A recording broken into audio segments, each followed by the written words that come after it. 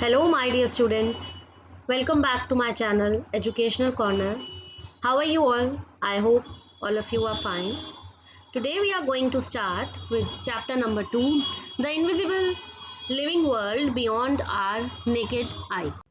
This is chapter number 2 from our Science NCERT book, Curiosity of Standard 8. In this chapter, we are going to focus on the importance of microorganisms. Microorganisms are bacteria, virus, then fungi, protozoa, algae. We are going to focus on the study of microorganisms, how they help us, their role in the environment, then their importance related to humans, and we will also cover plant and animal cells, their structures and their differences. Now let us first understand what are microorganisms. When we talk about microorganisms, microorganisms are tiny living things which are invisible to the naked eye. We cannot see them with the naked eye. We have to use a microscope. We can study them under a microscope. So these include bacteria, viruses, fungi and protozoa. So there are different type of microorganisms and we will discuss about their unique features in this chapter. We will also learn about microorganisms, how they play important role in our environment and how they are beneficial and harmful on humans. So let us start reading this chapter, chapter number 2, The Invisible Living World Beyond Our Naked Eye. The invisible living world beyond our naked eye. Probe and ponder. Now, every chapter, the first page, you have the questions. अब यहाँ पे क्या questions हैं कि have you ever wondered what you might see if the invisible world around you became visible. अगर आपके सामने जो invisible world है तो आप उसको अगर आप देख पाओ visible हो जाए तो आपको कैसा लगेगा. ठीक है. अब इनविजिबल वर्ल्ड जो है वो विजिबल कैसे होगा? सिर्फ तभी हो सकता है जब आप उसको माइक्रोस्कोप के अंदर जो है वो स्टडी करो. How do you think your observation of this hidden world might change the way you think about size, complexity और even what counts as living. और ऑब्जर्वेशन और बाकी चीज़ों को लेकर, जैसे उसके साइज को लेकर, जो चीज़ें इनविजिबल थी वो विजिबल हो जाएं तो आपकी जो थिंकिंग है वो उसकी ऑब्जर्वेशन किस तरीके से चेंज हो जाएगी. Have you thought how these tiny living beings interact with each other. और ये लिविंग बींग्स जो हैं ये एक दूसरे से इंटरैक्ट जो है कैसे करते हैं. टाइनी लिविंग बींग्स कौन से? Micro organisms. Share your questions. अब आपके माइंड में क्या क्या क्वेश्चंस आए आपने वो यहाँ पर शेयर करने हैं. देखिए, how do microorganisms help us, or how they help to clean the environment, or how they are harmful to humans. You can write this. Then which bacteria help in converting milk into curd. Okay, so these type of questions will probe to your mind and you have to share your questions over here. Now let us start reading the chapter. The human eye can only see objects that are above a certain size. For a long time, many tiny things around us remained unknown. Long ago, people discovered that a curved piece of glass could make smaller things look bigger. The piece of glass was shaped like a lentil seed, thick in the middle and thin at the edge. Hence, they called it as a lens. So human eyes वही objects देख सकती है जो बहुत मतलब size में आपको एक पर्टिकुलर साइज से बड़े हों. ठीक है. अगर बहुत टाइनी ऑब्जेक्ट्स हैं, बहुत छोटे छोटे ऑब्जेक्ट्स हैं, तो उसके लिए पहले के टाइम में भी एक ग्लास यूज़ किया जाता था ताकि स्मॉल थिंग्स को बड़ा देखा जा सके. तो एक पीस ऑफ ग्लास जो जिसकी शेप ऐसी होती थी कि बीच में से मिडल से वो थिक होता था और एजेस में से, साइड और कॉर्नर्स में से वो थोड़ा सा थिन होता था, जिसे हम क्या बोलते थे? लेंस. देखिए, लेंस इस तरह का लेंस होता था. So this is called lens. Over time, lenses were improved to become more powerful. Each new tool, from simple magnifying glasses to microscopes, helped humans to see what their eyes could not. The invention of the microscope opened a fascinating hidden world filled with tiny living creatures. We will explore some of these life forms in this chapter. ठीक है, तो धीरे धीरे lens जो है वो improve होते गए और पावरफुल होते गए. ठीक है, even in our phone we are having lens, कैमरे के साथ जो है वो लेंस लगा होता है. तो जैसे जैसे लेंस इम्प्रूव होते रहे, ईच न्यू टूल, जैसे ही नया टूल आया, फ्रॉम सिंपल मैग्नीफाइंग ग्लासेस जो ये जैसे ये ग्लास है, इससे माइक्रोस्कोप बनने लगे जो हमारी आईज को हेल्प करते हैं छोटे से छोटे ऑब्जेक्ट को, टाइनी से टाइनी लिविंग क्रीचर को देखने में. You have already learned about amazing variety of living beings. Just look around, there are so many beautiful plants and animals. They are of all shapes, size and color. Some living beings are tiny while other are really big. कई तो बहुत tiny होते हैं, बहुत छोटे होते हैं, और कई जो है वो बहुत ज़्यादा बड़े होते हैं. ये खिड़की खुली हुई है क्या? देखियो कितना शोर मच रहा है पागलों की तरह. देख, बंद कर इसे. दिमाग खराब हो जाता है, रिकॉर्ड ही नहीं कर सकता. पी पी पी सारा दिन.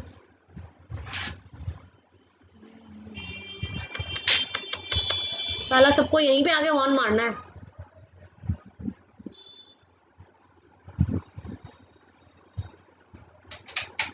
पर्दा कर दे.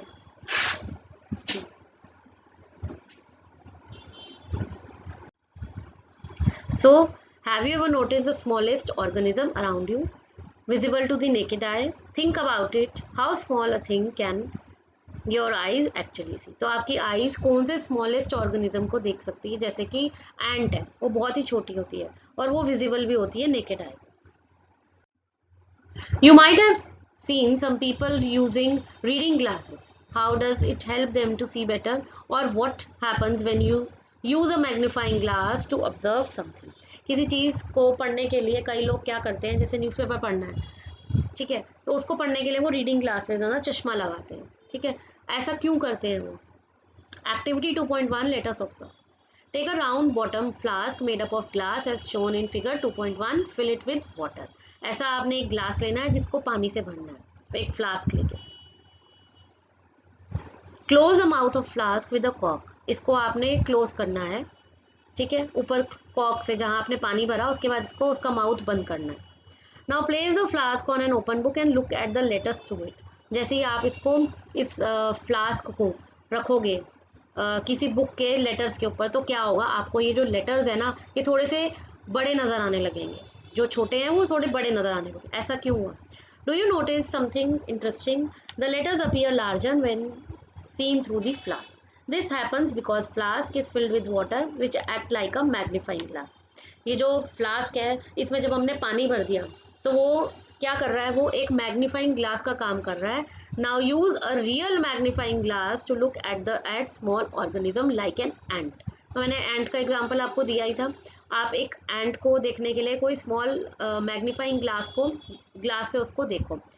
वर you able to see the details of its body more clearly? क्या आप उसे जब देखोगे तो आप क्लियरली देख पाओगे? For a long time, people were curious to explore the tiny organisms around them, but they could not see them with their naked eyes. So, how did we finally discover this invisible world? Do you know which scientific discovery helped us to see the tiny world for the first time? तो पहले के time में लोग बहुत curious होते थे जानने के लिए कि किस तरह से वो टाइनी ऑर्गेनिज्म को एक्सप्लोर करें, उनके बारे में जानें, पर वो नेकेड आई से तो उनको देख नहीं सकते थे. फिर ऐसा क्या हुआ, ऐसी कौन सी डिस्कवरी हुई जो टाइनी वर्ल्ड को देखने में उनको हेल्प की गई? Ever heard of? In 1665, a scientist named Robert Hooke published a book called Micrographia. He was a careful observer and a skilled artist. In this book, he showed detailed drawings of tiny things that people had never seen before. Things he saw using a tool we now call a microscope. तो 1665 में एक scientist था जिसका क्या नाम था, Robert Hooke. उन्होंने एक बुक जो है पब्लिश की थी जिसका नाम था माइक्रोग्राफिया. ठीक है, तो वो एक केयरफुल ऑब्जर्वर थे और एक स्किल्ड आर्टिस्ट थे. उन्होंने इस बुक में वो चीज़ें दिखाई, ऐसी डिटेल ड्राइंग दिखाई जो छोटी छोटी चीज़ों की ड्राइंग्स थी जो पहले कभी लोगों ने नहीं देखी थी। और किस टूल को लेकर, किस टूल को देखकर उन्होंने ये चीज़ किया, माइक्रोस्कोप के अंदर चीज़ों को देखकर वो ड्राइंग बनाई। His microscope made things look 200 to 300 times bigger than what one could see with the unaided eye। एक नेकेड आई से हम वो चीज़ें देख सकते हैं जो उन्होंने माइक्रोस्कोप के अंदर देखी, और वो थिंग्स जो है वो 200 से 300 टाइम बड़ी थी। One day he looked at a thin slice of cork and saw it was made of small empty spaces। ठीक है, एक दिन उन्होंने क्या देखा, उन्होंने कॉक देखी, और कॉक जो है उन्होंने देखा कि इसके अंदर काफ़ी एम्प्टी स्पेसेस से वो बनी हुई थी। These compartments reminded him of a honeycomb। He drew what he saw and called each small space a cell। तो उन्होंने हर एक पार्ट को जो है वो ड्रॉ किया, जो जो उन्होंने देखा, जो कंपार्टमेंट उन्होंने देखे उनको उससे हनीकॉम्ब याद आई, और उन्होंने जो हर पार्ट को डिवाइड किया था उसका नाम उन्होंने सेल रखा। This was the first time the word cell was used in science to describe basic unit of life। तो सेल है क्या, इट इज़ वैसे ही उसको हम बोलते हैं इट इज़ अ स्ट्रक्चर और बेसिक यूनिट ऑफ लाइफ। तो सेल उस टाइम पे फर्स्ट टाइम यूज हुआ था, कब हुआ, जब उन्होंने एक कॉक देखा और कॉक के अंदर स्मॉल एम्प्टी स्पेसेस देखे, उस कंपार्टमेंट को जो है उन्होंने ड्रॉ किया और उसका नाम, हर छोटे स्पेस का नाम सेल रखा। Around the same time in 1660s an Antonie van Leeuwenhoek, a Dutch scientist, made better lenses that allowed him to build more useful microscopes। तो उसके बाद 1660s में एनाटोनी वैन लुईवेनहोक जो है, ये भी एक साइंटिस्ट थे जिन्होंने और बेटर लेंस बनाए जिससे और पावरफुल और यूजफुल माइक्रोस्कोप्स बने। He was the first person to clearly see and describe tiny living things like bacteria and blood cells। ये ऐसे फर्स्ट पर्सन थे जिन्होंने छोटी छोटी लिविंग थिंग्स को, tiny living things like bacteria, micro organisms और blood cells को के बारे में क्लियरली देखा और उसको डिस्क्राइब भी किया।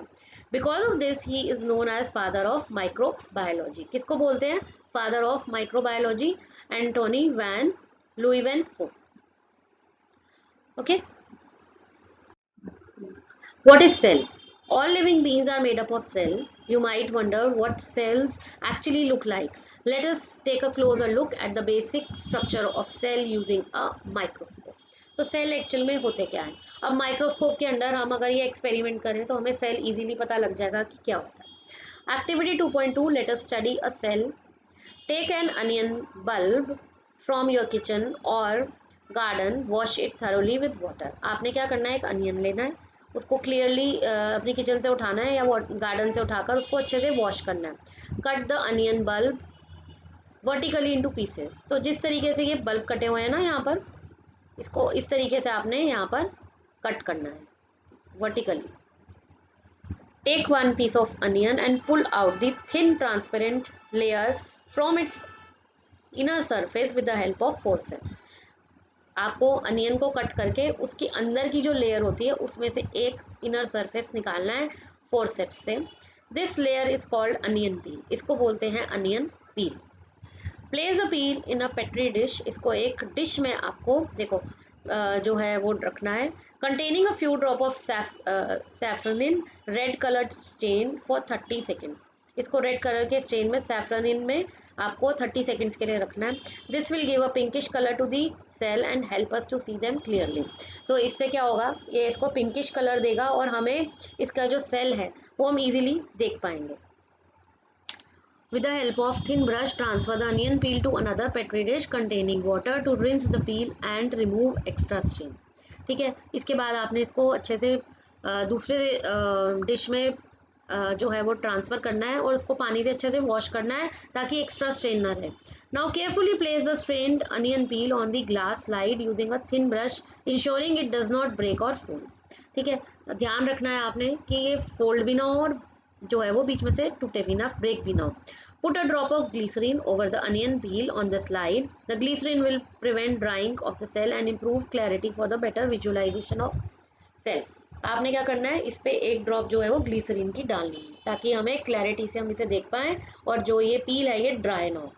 Slowly place a cover slip over the peel using a needle such that no air bubbles are trapped. आपने इसके ऊपर एक कवर स्लिप रखनी है, ठीक है, छोटी सी एक स्क्वायर में आती है, उसको आपने इसके ऊपर रखना है ताकि हमें क्लैरिटी जो है वो होए और इसके अंदर जो एयर बबल्स है वो ना जा पाए. Use blotting paper so that gently wipe over any extra glycerin around the edges of cover sheet. ठीक है, बहुत ध्यान से आपने वो रखने के बाद इसका अगर आसपास कुछ भी ग्लिसरीन है तो आपको उसको क्लियर करना है ब्लोटिंग पेपर से. View the slide under microscope और फोल्ड्स को. ठीक है, अब आप जब व्यू करोगे तो आपको इस तरह के यहाँ पर माइक्रोस्कोप के अंदर अनियन के सेल नजर आएंगे. Compare it with figure 2.3c. okay, what similarity do you find in 2.3c 3 and 2.3d. ठीक है, ये देखिए ये अनियन सेल है, इसके अंदर यहाँ पर सेल वॉल है, सेल मेम्ब्रेन है, न्यूक्लियस है और cytoplasm. You will observe nearly rectangular structures under the microscope. These are the cells of onion peel which are closely arranged without any space between them. Try to observe the peels of leaves of different plants around you. You will find that all plants are made up of cells. What do you think the body of an animal is made of? ठीक है, तो आपने यहाँ पर आप जब देखोगे तो आपको क्या नज़र आएगा कि एक फिगर में आपको नज़र आएगा रेक्टेंगुलर स्ट्रक्चर, आप देखोगे कि जिसमें स्पेस नहीं है. ठीक है, अनियन पील के जो सेल्स हैं वो आपको यहाँ पे क्लियरली नज़र आ रहे हैं और ये क्लोजली अरेंज्ड हैं, इनके बीच में स्पेस नहीं है. ठीक है, तो सी में क्या है स्ट्रक्चर जो आपने माइक्रोस्कोप का नीचे देखा वो पिंकिश कलर में है. ठीक है, ऐसा और जो डी है उसमें क्या है, ऐसा लग रहा है कि एक थिक वॉल है ब्रिक की. ठीक है, इसमें कोई स्पेस नहीं है. Activity 2.3, let us investigate. Rinse your mouth with clean water. Use the blunt end of clean toothpick and gently scrap the inside of your cheek. आपने क्या करना है, आपने अपना माउथ जो है ना वो क्लीन वाटर से जो है वो साफ करना है. Use the blunt edge of clean toothpick. Clean toothpick से आपने क्या करना है, अंदर की जो चीक की साइड है वो आपने स्क्रैप करनी है. ठीक है, place the scraped material in a drop of water on a clean glass slide and spread it evenly. आपने उसको क्या करना है, आपने जो अंदर चीक से जो आपने निकाला है ना स्क्रैप्ड मटेरियल, उसको एक क्लीन ग्लास ट्यूब पे रखना है ड्रॉप ऑफ वाटर के साथ. Add a drop of methylene blue coloured strain over a material of slide. उसके ऊपर आपने एक मिथाइलाइन ब्लू की ड्रॉप डालनी है. Adding stain improves the visibility. इससे क्या होगा, आप इजीली जो सेल्स हैं उनको क्लियरली देख पाओगे, विजिबिलिटी हो जाएगी. After 1 minute add a drop of glycerine. उसके बाद इसमें ग्लीसरीन भी आपने जो है वो डालनी है. ग्लीसरीन के बाद आपने क्या करना है, स्लाइड को आपने एक to prevent it from dry होने से बचाने के लिए हम ग्लीसरीन डालते हैं. Now carefully place a clean cover shape. अब उसके ऊपर आपने फिर छोटी सी एक ग्लास या उसको कवर करने के लिए ग्लास की आपने स्ट्रिप डालनी है. ठीक है, और अगर कुछ एक्स्ट्रा ग्लीसरीन है तो उसको ब्लोटिंग पेपर से हटाना है. Observe the slide under a microscope and draw what you see in the notebook. तो आपको इस तरह के कुछ सेल नजर आएंगे, ह्यूमन चीक्स के इस तरह के cell.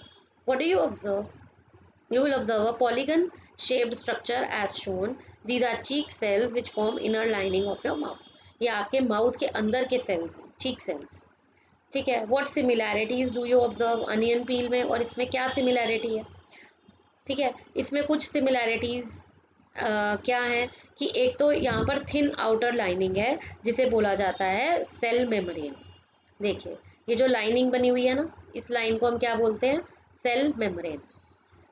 The round structure in the middle, ये जो मिडल में होता है इसको हम क्या बोलते हैं, nucleus. And the space between cell membrane और न्यूक्लियस के बीच में जो स्पेस होती है इसे हम क्या बोलते हैं, साइटोप्लाज्म. ठीक है, सेल मेम्ब्रेन होती है आउटर लाइनिंग, जो बिल्कुल मिडल में होते हैं उनको हम बोलते हैं न्यूक्लियस, और जो सेल मेम्ब्रेन और न्यूक्लियस के बीच में जो यहाँ जो डॉट्स टाइप लगे हैं इसे हम बोलते हैं cytoplasm. So these are 3 basic parts of a cell. ये 3 basic part है, कौन से? Cell membrane, cytoplasm and nucleus. Some cells like onion peel cells have extra outer layer which is called cell wall. तो जो onion sales थे उनके अंदर एक एक्स्ट्रा लेयर होती है जिसको हम बोलते हैं cell wall. What is the importance of these structures in a cell? क्या इंपॉर्टेंस है इन स्ट्रक्चर्स में? सेल क्यों है, इसकी क्या इंपॉर्टेंस है? What functions do they perform? Are these functions important for maintenance of life? क्या ये इंपॉर्टेंट है? जो सेल फंक्शन करते हैं वो क्या फंक्शन करते हैं? The cell membrane encloses the cytoplasm and nucleus. The cell membrane separates one cell from another. Cell membrane होती क्या है? जो लाइनिंग होती है बाहर की, ठीक है, जैसे ऐसे सेल्स बने हुए हैं, ठीक है, तो इनकी जो लाइनिंग होगी वो क्या होगी? इस लाइनिंग को हम बोलते हैं सेल मेम्ब्रेन, ठीक है। तो ये जो लाइनिंग है ये एक सेल से दूसरे सेल को सेपरेट करती है, ठीक है। सेल मेम्ब्रेन का फंक्शन ये है यहाँ पे।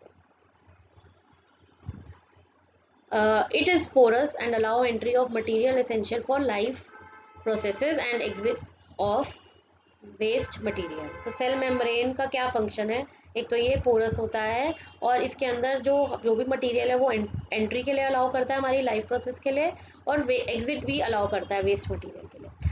Cytoplasm contains the component of cell like carbohydrate, protein, fats and mineral. Cytoplasm क्या है? जो मैंने आपको बताया था, अंदर के जो डॉट्स होते हैं, यहाँ पे जो डॉट्स होते हैं ये जो होते हैं ये क्या होते हैं? साइटोप्लाज्म होते हैं।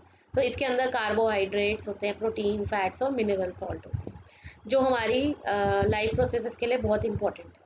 द न्यूक्लियस, अब न्यूक्लियस क्यों इंपॉर्टेंट है? The nucleus regulates all activities that occur within the cell, it also regulates growth. Nucleus भी इंपॉर्टेंट है, जो मिडल में न्यूक्लियस बना होता है ये भी इंपॉर्टेंट है। क्यों इंपॉर्टेंट है? क्योंकि ये सेल ये जो है ये ग्रोथ के लिए इंपॉर्टेंट है, राइट।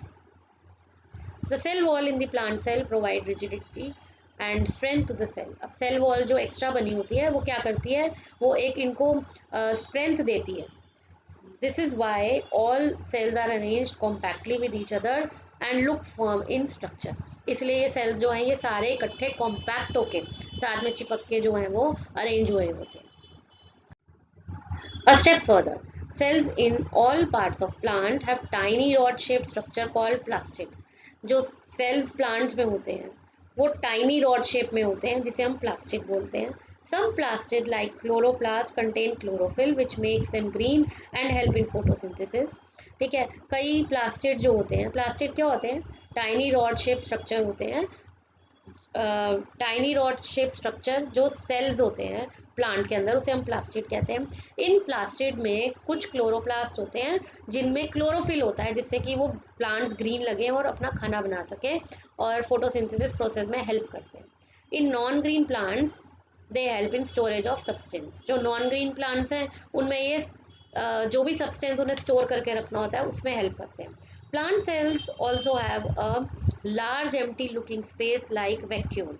इनके अंदर वैक्यूल भी होता है प्लांट सेल में, ठीक है। जैसे आपने यहाँ पे पिक्चर देखिए, बी जो है ये प्लांट सेल की है, तो इनके अंदर क्या है? वैक्यूल है। वैक्यूल ये एम्प्टी स्पेस है, ठीक है। This helps the plant cell store important substance, get rid of waste and maintain the shape of the cell. This gives strength and support to the plant. तो ये बहुत important है vacuole. क्यों? क्योंकि ये जो है यहाँ पर ये अपना सब्सटेंस, इंपॉर्टेंट सब्सटेंस स्टोर करते हैं, वेस्ट से वेस्ट में हेल्प वेस्ट हटाने में हेल्प करता है और इनकी शेप में हेल्प करता है और इनको स्ट्रेंथ और सपोर्ट देता है प्लांट्स को। एनिमल सेल्स में क्या है? एनिमल सेल्स में vacuoles are usually not present. Animal cell में आप देखेंगे तो वैक्यूल नहीं है। If present they are usually small. अगर प्रेजेंट होते भी हैं तो बहुत छोटे होते हैं। These small vacuoles store certain substances dissolved in water. So cell is not just a simple bag or liquid. It is a complex structure made up of many different parts. Each have its own special function to allow the cell and in turn the entire organism to work. तो एक cell क्या है? एक सिर्फ ये नहीं कि liquid का बैग है, इसके अंदर ये एक कॉम्प्लेक्स स्ट्रक्चरल यूनिट है जिसके अंदर अलग अलग पार्ट्स हैं और हर पार्ट का अपना स्पेशल फंक्शन, ठीक है। We also now understand the basic structure of cell and also understand that plants and animal cells differ in shape and structure. Do different animal cells also vary in shape and structure?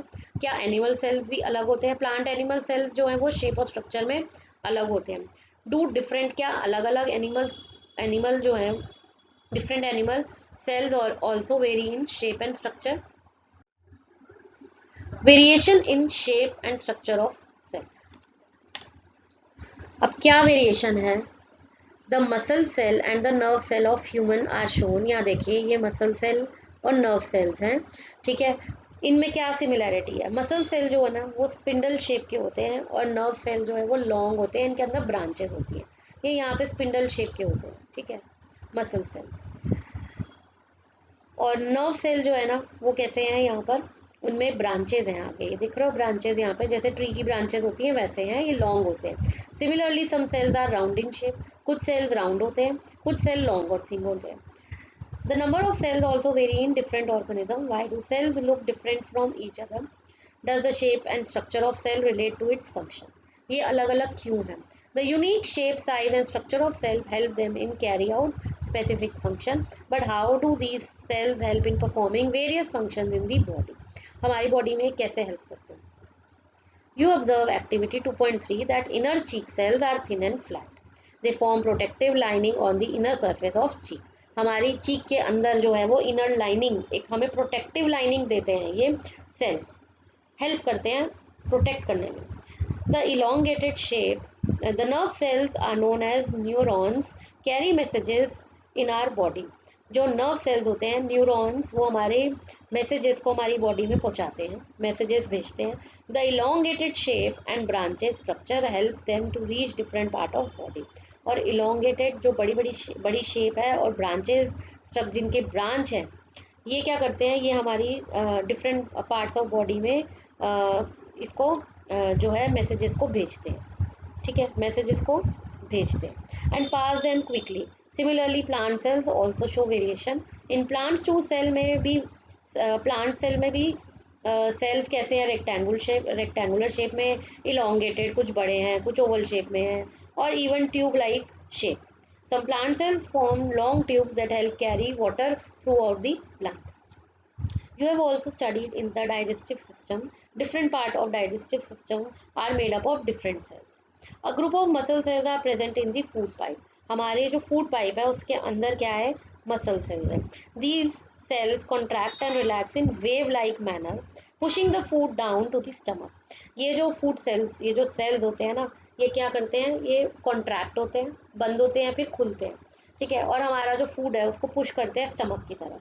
This movement is possible because muscle cell कैसे होते हैं? Thin, flexible और spindle shape. The stomach also has different type of cells for performing different function. तो stomach में अलग अलग तरह के सेल्स हैं और अलग अलग फंक्शन परफॉर्म करते हैं. Muscle cells in the stomach wall help churn the food. जो मसल सेल्स हैं हमारे स्टमक में, वो क्या करते हैं? फूड को चर्न करने में, घुमाने में हेल्प करते हैं. Other sales in inner lining of stomach produce digestive juice. और जो दूसरे सेल्स हैं स्टमक की इनर लाइनिंग में, वो क्या प्रोड्यूस करते हैं? Digestive juices and acid. किस लिए? ताकि वो उस फूड को ब्रेक डाउन कर सके, ठीक है. All these cell work together to make digestion possible. सारे सेल हमारे स्टमक में हेल्प करते हैं, क्या करने में? इकट्ठे काम करते हैं ताकि वो डाइजेशन प्रोसेस पॉसिबल कर सके. What are the levels of organisation in the body of an living organism? तो लिविंग ऑर्गेनिज्म के अंदर जो ऑर्गेनाइज, क्या क्या लेवल्स हैं जो ऑर्गेनाइज करते हैं उस बॉडी को? The body of living organism is organised in a complex way. Cell is the basic unit of life, just like a brick is the basic unit of wall. जैसे एक wall बनती है, एक दीवार बनती है, उसमें बेसिक यूनिट क्या होता है? वो किससे बनती है? ब्रिक से. तो सेल भी जो है ना हमारी लाइफ का एक बेसिक यूनिट है. A group of similar cells form a type of tissue. अगर जो सिमिलर सेल्स को फॉर्म करते हैं, देखो सेल यहाँ पे ड्राइंग बनी हुई है, if you can see, cell जो है वो सिंगल सेल बना हुआ है. जब इन सेल्स को हम कंबाइन कर देते हैं, सिमिलर सेल्स को हम कंबाइन करते हैं, तो ये टिश्यू बन जाते हैं. Different tissues are organise to form organ. और अलग अलग टिश्यूज को जब कंबाइन करते हैं तो कोई ऑर्गन बनता है. Different tissue are organise to form organ. Several organs work together to form organ system. और जब ऑर्गन्स इकट्ठे होते हैं तो वो क्या बन जाते हैं? Organ system. That performs major function of the body. All the organ system together make up complete organism. एक ऑर्गेनिज्म में क्या होता है? पूरा ऑर्गन सिस्टम होता है. एक सेल होता है. सेल क्या है? Basic unit of life. ठीक है। जब हम सेल्स को कंबाइन करते हैं वो टिश्यू बन जाते हैं, जब टिश्यूज को कंबाइन करते हैं वो ऑर्गन बनते हैं, ऑर्गन्स को कंबाइन करने के बाद वो ऑर्गन सिस्टम बनते हैं। और एक ऑर्गेनिज्म को कैसे कंप्लीट करते हैं, ऑर्गन सिस्टम जो है वो इकट्ठे काम करता है तो वो कंप्लीट हो जाता है, लाइक अ प्लांट और an animal. So the levels of organism, सबसे पहला क्या है, सेल, टिश्यू, ऑर्गन, उससे बनता है ऑर्गन सिस्टम और उसके बाद organism. These level of organization help us to understand how simple building blocks like cells come together to form a complex living being. तो किस तरह से ये ऑर्गेनाइजेशन, ये लेवल्स जो ऑर्गेनाइजेशन के हैं यहाँ पर, किस तरह से वो सिंपल बिल्डिंग ब्लॉक्स को, सिंपल सेल्स को इकट्ठे लाकर कॉम्प्लेक्स बनाते हैं। The life of complex living organism begin with a single cell. एक हमारी जो लाइफ शुरू होती है वो किससे शुरू होती है, सिंगल सेल जो है egg. Egg of an organism has an amazing ability to divide repeatedly to form a complete living being made of many cells. ये जो एग होता है ना, एग से स्टार्ट होती है लाइफ, और जो ये एग होता है ना वो आगे फर्दर डिवाइड होता है, ठीक है, किसमें, फर्दर सेल्स में। Such living beings are called multi cellular organism. ऐसे लिविंग बीन्स को हम बोलते हैं मल्टी सेलुलर ऑर्गेनिज्म। क्यों? क्योंकि एक एग है जो आगे फर्दर डिवाइड हो रहा है मल्टी सेल्स में, बहुत सारे सेल्स में, मेनी सेल्स को हम बोलते हैं मल्टी सेलुलर। तो हम मल्टी सेलुलर क्यों बोल रहे हैं, क्योंकि यहाँ पर एग जो है वो आगे किस में डिवाइड हो रहा है, बहुत सारे सेल्स में। Animals including humans and plants are example of multi cellular organism. तो मल्टी सेलुलर ऑर्गेनिज्म के एग्जांपल क्या है, ह्यूमंस और प्लांट्स। क्यों? क्योंकि ये मल्टीप्लाई करते हैं आगे एक एग से मल्टीपल सेल्स में, इसलिए। Ever heard of the yolk, the yellow part of an egg of an ostrich egg is the single cell, the largest known cell in the living world. आपने अगर egg देखा हो, उसके अंदर का जो येलो पार्ट होता है ना, ये जो येलो पार्ट है एग का, इसे हम योक बोलते हैं, ठीक है। ऑस्ट्रिच का जो एग होता है वो एक सिंगल सेल से बना है, और उसको बोलते हैं कि वो लार्जेस्ट सेल है लिविंग वर्ल्ड में, measuring about 130 millimetre to 170 millimetre in diameter. इसका डायमीटर मतलब कितना है, ये सर्कल में 130 मिलीमीटर से 170 मिलीमीटर। किसका लार्जेस्ट है, ऑस्ट्रिच का। The egg contains extra non-cellular material, a shell for protection, and a white liquid that nourish the cell during its continued development. तो एग में क्या है, एक तो शेल है, बाहर का जो शेल होता है, अगर आपने एक एग देखा हो तो उसमें बाहर जो शेल होता है वो उसको प्रोटेक्ट करता है, और अंदर वाइट लिक्विड होता है जो उसको नरिश करता है, हेल्प करता है, नरिश करने में, ग्रोथ के लिए हेल्प करता है, ठीक है। What are microorganisms? Some living organisms are made up of just one or very few cells. They are so small that they cannot be seen with naked eye. कई और लिविंग ऑर्गेनिजम्स जो ऐसे cell से बनते हैं कि किसी एक से या कुछ सेल से बनते हैं, तो ये बहुत स्मॉल होते हैं और ये नेकेड आई से नहीं देखे जा सकते, और इन्हें हम बोलते हैं micro organisms. Some micro organisms like bacteria, amoeba are just one cell. कई माइक्रो ऑर्गेनिजम्स वन सेल से बने हैं जिन्हें हम बोलते हैं यूनिसेलुलर। यूनि का मतलब होता है वन, सेलुलर मतलब, यूनिसेलुलर मतलब वन सेल से बने हैं। Others like some fungi, algae have many cells. जिनके मेनी सेल्स होते हैं उन्हें हम बोलते हैं मल्टी सेलुलर। मल्टी मतलब मेनी और सेलुलर मतलब cells. They are found all around us in water, soil, air and even inside our body. तो ये कहाँ कहाँ हमें देखने को मिलते हैं, पानी में, सॉइल में, ठीक है, एयर में, हवा में मिलते हैं, और हमारी बॉडी के अंदर भी। But what do their cells look like, इनके सेल्स कैसे लगते हैं? क्या ये प्लांट और एनिमल सेल्स जैसे हमने पढ़ा उन वैसे लगते हैं, या फिर उनसे डिफरेंट है? To observe the cells of micro organism again we need a microscope, क्योंकि ये इतने टाइनी होते हैं, हम इनके जो सेल्स है ना उनको हम ऑब्जर्व नहीं कर सकते नेकेड आई से, तो इसके लिए हमें माइक्रोस्कोप की जरूरत पड़ेगी। माइक्रोस्कोप से जब हम इन्हें ऑब्जर्व करेंगे तो वो क्या होगा, मैग्नीफाइज देयर साइज, इनके साइज हमें पता लगेगा, और ये हमें विजिबल भी होंगे, दिखेंगे भी। Scientist have also created a low cost and foldable paper microscope और फोल्ड स्कोप। साइंटिस्ट ने एक लो कॉस्ट, जो इतना अफोर्ड नहीं कर सकते कॉस्टली माइक्रोस्कोप परचेज करना, उन्होंने एक लो कॉस्ट फोल्डेबल पेपर निकाला है जिसको फोल्ड स्कोप बोलते हैं। फोल्ड स्कोप में not provide the same level of detail like high powered laboratory microscopes. ये फोल्ड स्कोप जो है ना, आपको सेम लेवल की डिटेल नहीं दे सकते जो एक हाई पावर्ड लेबोरेटरी माइक्रोस्कोप दे सकता है। However, these make microscopic world accessible to many people. ठीक है, तो माइक्रोव्स देखने के लिए हम फोल्ड स्कोप का भी जो है वो यूज़ कर सकते हैं। ठीक है, फोल्ड स्कोप ऐसे, अगर जैसे आपका फ़ोन है, ठीक है, कई फ़ोन्स में हाई लेवल का कैमरा होता है, तो हम और क्लियरली पिक्चर को फ़ोटो लेते हैं, तो हम जब क्लिक करते हैं तो हम क्लियरली हर चीज़ को क्लियरली देख सकते हैं। पर कई फ़ोन्स में वो कैमरा जो है वो हाई नहीं होता इतना, ठीक है, हाई लेवल का नहीं होता, तो उसमें हमें कई पिक्चर्स क्लियरली नज़र नहीं आती। तो वो सेम है यहाँ पर कि फोल्ड स्कोप अगर आप यूज़ करोगे तो आपको सेम लेवल की डिटेल्स नहीं मिलेगी जो हाई पावर्ड लेबोरेटरी माइक्रोस्कोप में होती है। सी द पिक्चर है, यहाँ पे यूनिसेलुलर ऑर्गेनिजम्स हैं कुछ, वो मैंने यहाँ पे लगाए हैं, जैसे अमीबा हो गया, यीस्ट हो गया, जिसके बारे में अभी हमने पढ़ा है। ठीक है, यूनिसेलुलर मीन्स जो जिनमें वन सेल होता है, और मल्टी सेलुलर जिसमें मल्टी सेल्स होते हैं, मेनी सेल्स होते हैं। Activity 2.4, let us observe pond water and stagnant water. Take a container and collect pond or stagnant water in it with the help of your teacher or elders. आपने क्या करना है, container लेना है, उसमें आपने एक कंटेनर में पॉन्ड वाटर लेना है और स्टैग्नेंट वाटर लेना है, जो रुका हुआ पानी होता है. Use a dropper and place a drop of pond and stagnant water in microscope on foldscope slide. आपने माइक्रोस्कोप के अंदर इनका एक एक जो है ड्रॉप जो है स्लाइड्स पे लेना है, ड्रॉप ऑफ पॉन्ड वाटर या फिर स्टैग्नेंट वाटर जो रुका होता है. पुट अ कवर स्लिप, इसके ऊपर आपने कवर स्लिप लगानी है. ठीक है, उसको ऑब्जर्व करने के लिए observe the tiny organisms found in pond और स्टैग्नेंट वाटर. अब आप क्या ऑब्जर्व करोगे, वहां पे आपको टाइनी ऑर्गेनिजम्स नजर आएंगे जब आप उसे माइक्रोस्कोप के अंदर देखोगे. Activity 2.5, let us observe soil suspension. Take a beaker and collect some moist soil in it from the nearby field or garden. एक बीकर लेके आपने moist soil लेना है, moist मतलब जिसमें moisture हो, जो dry ना हो, wet हो. ठीक है, किसी गार्डन से या फील्ड से लेना है. Do not touch the soil with the bare hands, use a spoon और ग्लव्स. आपने सॉइल को हाथ से टच नहीं करना, मतलब सीधा हाथ से टच नहीं करना, या तो स्पून से लीजिए या ग्लव्स पहन लीजिए. Pour some water into the beaker and stir it with a glass rod. आपने क्या करना है, अब सब कुछ एक बीकर में आपने यहाँ पे सॉइल डाला, अब इसमें आपको पानी डालना है और फिर उसको आपने ग्लास रॉड के साथ उसे मिक्स करना है. द लिक्विड विच में look dirty has fine particles of soil. अब ये थोड़ा सा डर्टी लगेगा आपको, ठीक है, मैला मैला सा लगेगा, तो इसमें क्या है, सॉइल के पार्टिकल्स हैं, जिसे हम क्या बोलते हैं, soil suspension.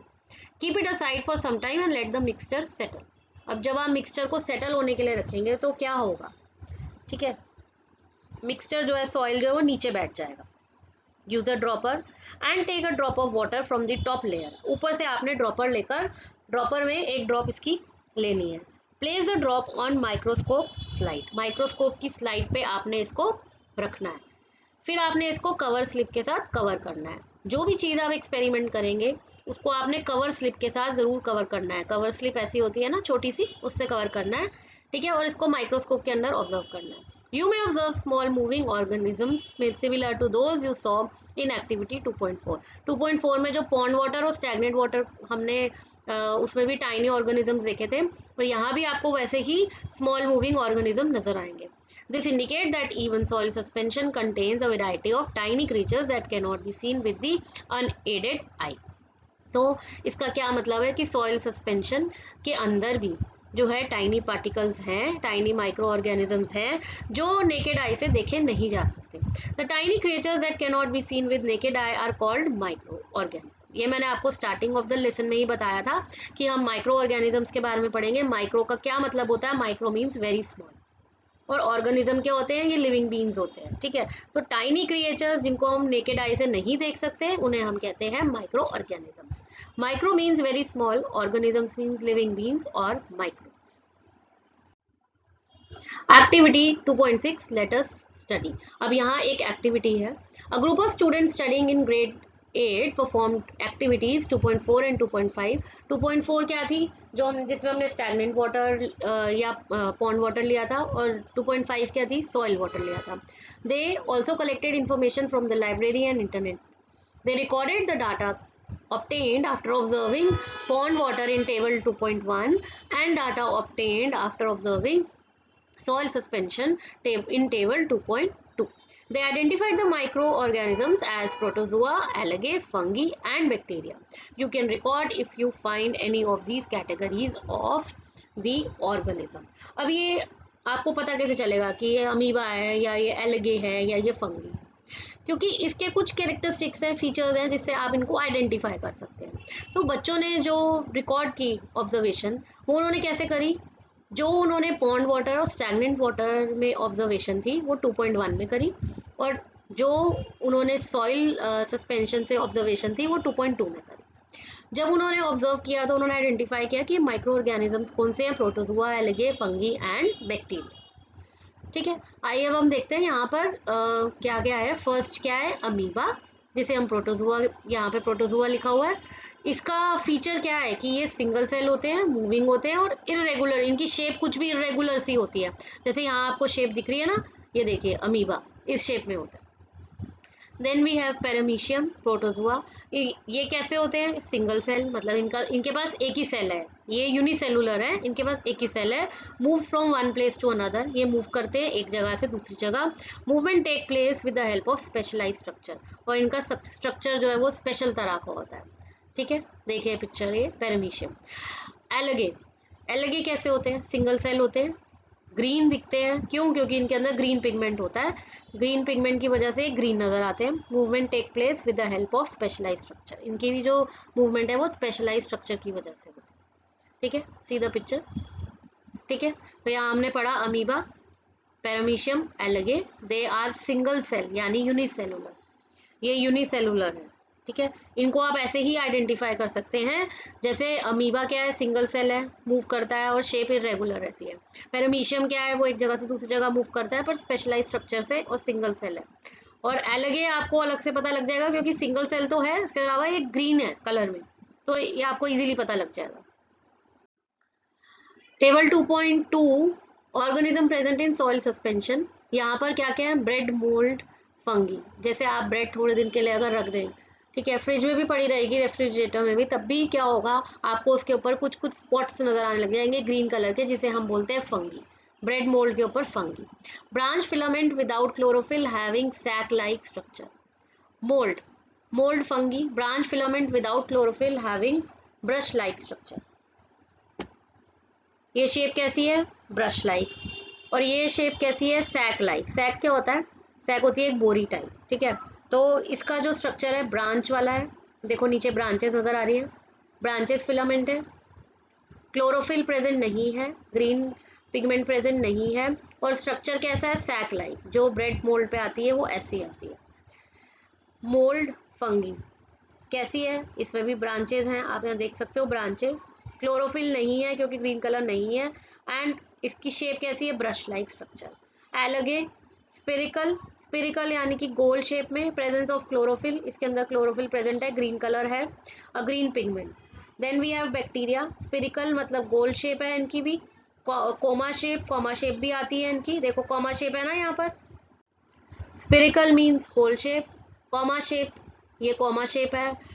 Then we have spiral, ये स्पाइरल है, और यहाँ पे क्या है? Rod like shape, a long hair like structure and many small hair like projections around the cell. ठीक है, तो ये सारी हमारे क्या है? ये फीचर्स हैं, कैरेक्टरिस्टिक्स हैं इनको आइडेंटिफाई करने के। Did you also observe any of these microorganisms or something different?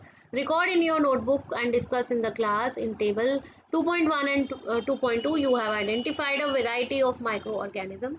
They are everywhere and we can only see them with a microscope.